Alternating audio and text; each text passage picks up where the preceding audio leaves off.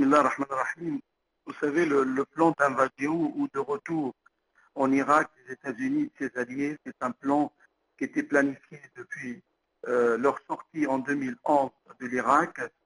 Ils ont pensé que l'État irakien va s'effondrer et que l'Irak va se diviser en 3 ou 4 parties.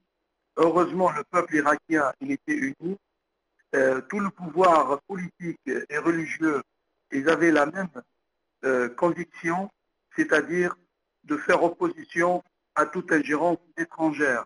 Et donc, cette affaire de Daesh, qu'on la voit depuis à peu près 1 an et demi, c'est un plan américain, britannique, turc, bien sûr financé par le Qatar et l'Arabie Saoudite malheureusement, et que ce plan veut que diviser l'Irak et créer un État qu'ils appellent Daesh ou l'État islamique entre parenthèses, qui prend le nord de l'Irak et l'est de la Syrie.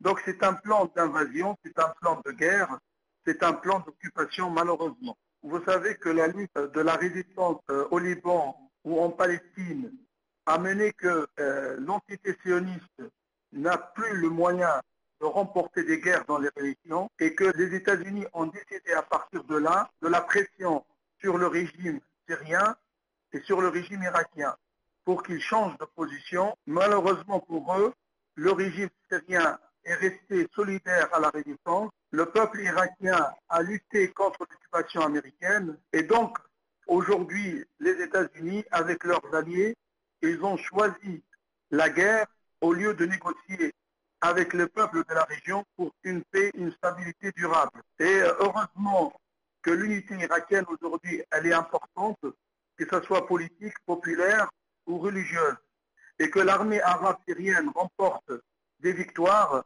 malgré qu'on essaye de la diviser aussi, et que le risque que des groupes terroristes rentrent à Bagdad ou à Damas, malheureusement, est toujours imminent.